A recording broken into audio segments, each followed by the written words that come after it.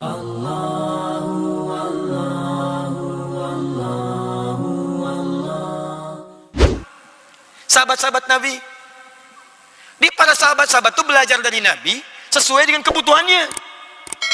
Ada di antara mereka bisnismen, pebisnis, pengusaha, maka mereka akan keluarkan ayat-ayat untuk bertijarah, berniaga.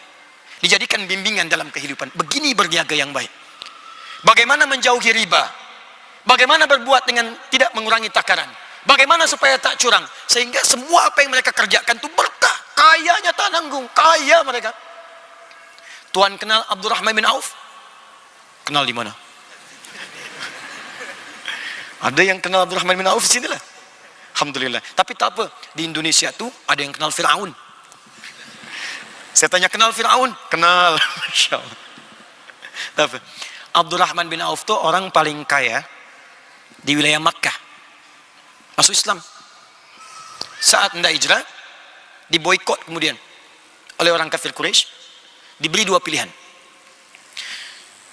Tuan, kembali kepada kepercayaan semula, kami akan angkat jadi hartawan paling terhormat.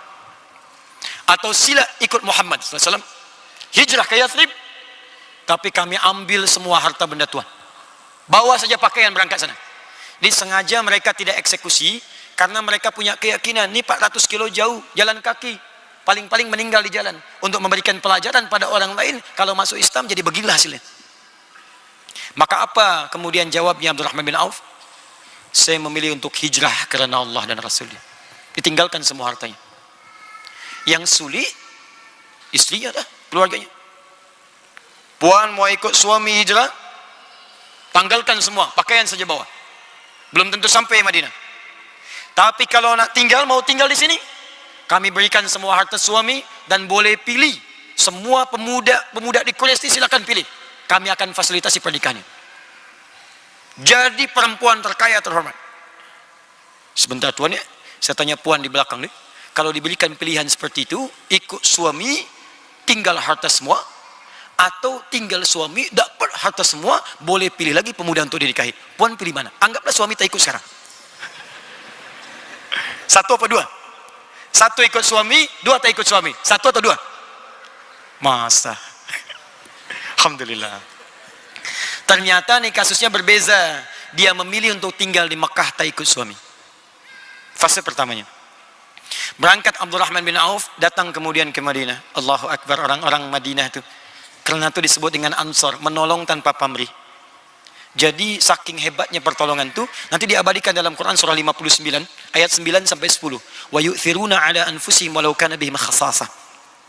Jadi orang yang tak ada makanan disambut oleh orang yang berlebih makanan. Orang kehausan disambut oleh orang yang bawa minuman. Orang yang kaya jatuh fakir disambut oleh orang paling kaya di Madinah. Datang dia sambut di perbatasan. Ini kisahnya sangat famous, sangat terkenal. Begitu sampai disambut, akhil karim, bahasa kita ni, sami'tu annaka kunta ghaniya. Saya dengar Tuhan ini pernah kaya dan jatuh fakir. Kalau ingin kaya lagi, khudh nisfa mali, ambillah setengah kekayaan saya. Orang paling kaya di Madinah datang menyambut pada orang baru hijrah yang jatuh fakir. Kalau nak kaya lagi, ambil setengah harta benda saya. Karena dia tahu secara psikologi, itu ada beban yang biasa kaya di atas dia, tiba-tiba jatuh. Kan di fisika juga begitu rumusnya. F1 sama dengan F2 kan? Gaya gerak sama dengan gaya dorong. F1 sama dengan F2. Pukul sikit, bunyi kecil. Pukul besar, bunyi nampak kuat. Harta pun begitu. Harta sikit, gayanya sederhana. Harta banyak, miliaran ringgit, keluar dari mobil, sudah lain gayanya. Ya? Tapi juga jangan lupa, rumus turunannya F, gaya berbanding lurus dengan P, pressure, tekanan. Gaya berbanding lurus dengan tekanan, hukum Pascalnya. Artinya orang yang banyak bergaya, maka dia akan banyak tekanan dalam hidupnya. Nah, banyak orang kaya, banyak bergaya, jatuh fakir dia, beban hidupnya banyak. Tak bisa menampung gayanya. Orang ini menduga, ini khawatirnya ada beban. Ambil setengah harta saya. Bahkan dahsyatnya, saya dengar keluarga pun ditinggalkan. Kalau ingin menikah lagi, ambil pilih perempuan paling tercantik di Madinah, sekalipun itu bagian dari keluarga saya. Saya fasilitasi pernikahan. Kita bergantian Puan ya. Saya tanya Tuan dulu. Kalaulah Tuhan ditawari seperti ini, datang ke Jakarta, tiba-tiba ada orang nawarkan, ambil setengah harta saya, kalau nak nikah lagi, pilih perempuan paling cantik di Jakarta, saya berikan fasilitinya. Saya tanya ya, diterima atau tidak ditolak sama sekali? Huh? Cobalah lihat jawaban dari Abdurrahman bin Auf nih. Kalau bahasa kita nih, kaya itu biasa bagi umatku. Jadi kalau mau kaya itu gampang. Keluarkan ayat-ayatnya, kita pedomani kaya, biasa. Harus kaya, kalau tak kaya bagaimana kita bisa berzakat? Bisa berhaji, bisa berinfak. Gunakan kekayaan itu untuk mendekat kepada Allah. Itu yang disebutkan di Quran. Surah ke-28, ayat ke-77. Paling kiri sebelah bawah. Wabtaghi fima atakallahu daral akhirah wa la tansa nasibaka minad dunya. Gunakan kekayaan itu untuk mencari ridha Allah. Cari kemuliaan akhirat, dapatkan surga dengan harta itu. Kalau cuma mau ria, mau pamer, sudah ada korun yang lebih dulu. Jadi kalau ada orang kaya di Kuala Lumpur nih pamer dengan mobilnya, dengan jabatan, dengan kedudukan, dengan rumahnya, sampaikan pada dia, maaf Tuhan terlambat. Sudah ada korun lebih dulu. Gunakan untuk mendapatkan ridha Allah. Nah, manhaj inilah yang digunakan oleh orang-orang setelahnya. Jadi tak pernah ada Muslim tinggal hidup sepeninggal Nabi kecuali mereka akan belajar dari Al-Quran, untuk diamalkan dalam kehidupan. Abu Abdurrahman As-Sulami, saya nanti berhenti 15 menit untuk kita berdiskusi sejenak. Kalau nanti tak ada diskusi, saya akan keluarkan manhaj hadisnya. Kita baru Qurannya. Abu Abdurrahman As-Sulami menyampaikan riwayat, beliau itu yang meriwayatkan hadis yang khairukum man ta'allama al-Qur'ana wa 'allamah. Kata beliau, akhadhtul Qur'ana an qaumin. Saya belajar Quran ini dari sekelompok kaum. Maksudnya sahabat. Karena beliau berjumpa dengan golongan sahabat. Utsman bin Affan, Ali bin Abi Thalib dan yang lainnya. Banyak beliau belajar. Saya ini belajar Al-Quran dari sekelompok kaum. Bagaimana cara belajarnya? La natajawaz an asyrati ayatin. Kami tidak melampaui dulu, melewati dulu 10 ayat. Paling banyak kami belajar 10 ayat. Kemudian kami berusaha beramal dengan ayat yang telah kami dapat itu. Amalkan dulu. Amalkan. Sudah dia bisa mengamalkannya, baru dia berpindah kepada ayat yang lainnya. Sehingga Abdullah bin Amr ibn al-As radhiyallahu ta'ala anhuma pernah memberikan komentar. Dahulu kami di masa Nabi, banyak sahabat yang hafal 1-2 surah saja, tapi dia mengamalkan dengan begitu hebatnya. Jadi amalnya lebih banyak daripada hafazannya.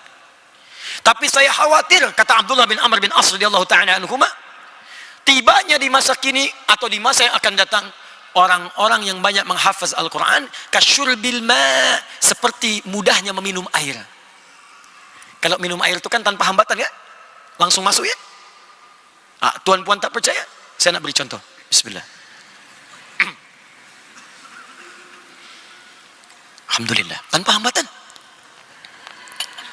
Nah, ada orang menghafaz Quran itu seperti itu, ringan, masuk. Tapi kata Abdullah bin Amr bin As, tapi dia berat dalam mengamalkannya. Jadi pedoman Quran ini tak nampak dalam hidup. Ayat berbisnis, etika bisnis, tak ada dalam kehidupan. Yang ada penghafalnya saja. Dia hafaz, wailul lil mutaffifin, celaka bagi orang yang curang, tapi curang pula. Dia hafaz, wailul lil mukadzibin, celaka bagi para pendusta, dusta pula. Dia hafaz, la yaskhar qaumin qaum, jangan saling mencela pula. Jadi hafaz ayatnya, tapi tak ada petunjuknya dalam hidup. Qul lil mu'minina yaghuddu min absarihim. Katakan bagi pria-pria yang punya iman, maka pandangannya jaga. Ini yang boleh ditatap, ini yang tak boleh. Hafaz ayatnya, tapi semua ditatap saja. Ya. Bahkan kalau keliru pun kata Allah, cepat istighfar. Wasari'u ila maghfirah. Cepat istighfar. Anda lewat ni atau kemudian melihat di handphonenya ada gambar-gambar yang tak seronok, tak pantas, Anda lihat. Orang beriman kalau masih ada iman, kata Allah, dia akan palingkan. Dan saat berpaling tu, dia ucapkan istighfar. Astagfirullah. Pindah dia. Itu kalau masih ada iman. Dan antara ucapan dengan berpaling itu sama. Tak ada yang terlambat. Jangan lisan berucap tapi wajah tak berpaling. Astagfirullah. Dosa nih. Coba lihat, tuh lihat. Astagfirullah. Nah, inilah yang repot. Kita bicara yang kecil-kecil dulu nih. Belum bicara yang tinggi-tinggi. Orang dulu begitu.